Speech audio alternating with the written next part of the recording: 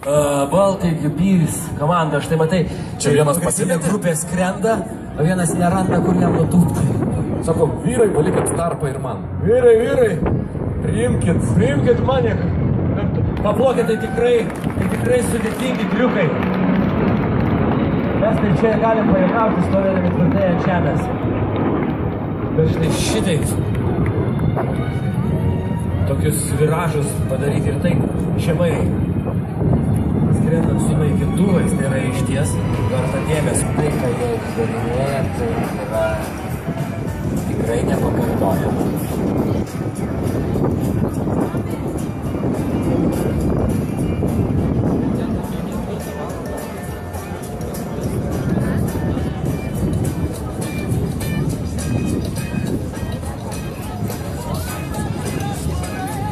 Pagaliau jie įsijungia ir variklius. Nagi, kartais reikia. O žiūrėk, kaip gražu. Kaip panašu į gėlę. Arba į apverstą fejerverką. Verčius, atsimeni, aš tau sakiau apie tą paprastą apsivertimą, kaip vienam lėktuvui. Tai tarsi irgi sudėtingas pratimas, bet kai jie keturiesi ir taip sinchroniškai padaro šį pratimą, tai yra tikrai verta jūsų plojimų. Paplokite šiems nuostabiems pilotams už tokį tikrai nepakartojamą pasirodymą.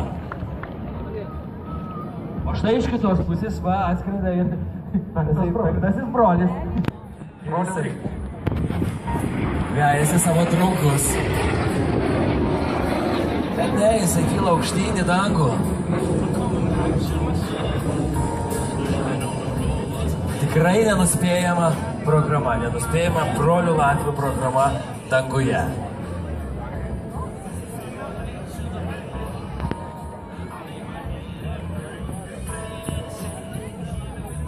Ir čia yra labai pavojingas kritimas žemyn.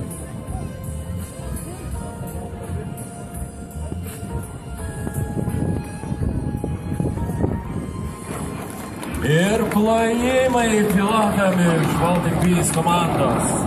Tai apsivertęs, ratais aukštyn skrenda naikintuvas.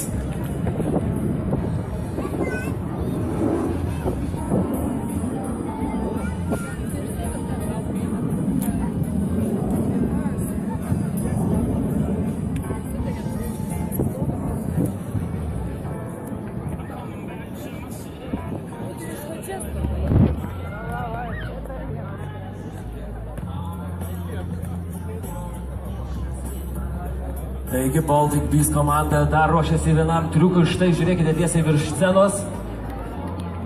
Grupelė pasirodė, o ten šiaurinėje pusėje virš šeimų zonos irgi skraido Baltic Bees komandos nariai.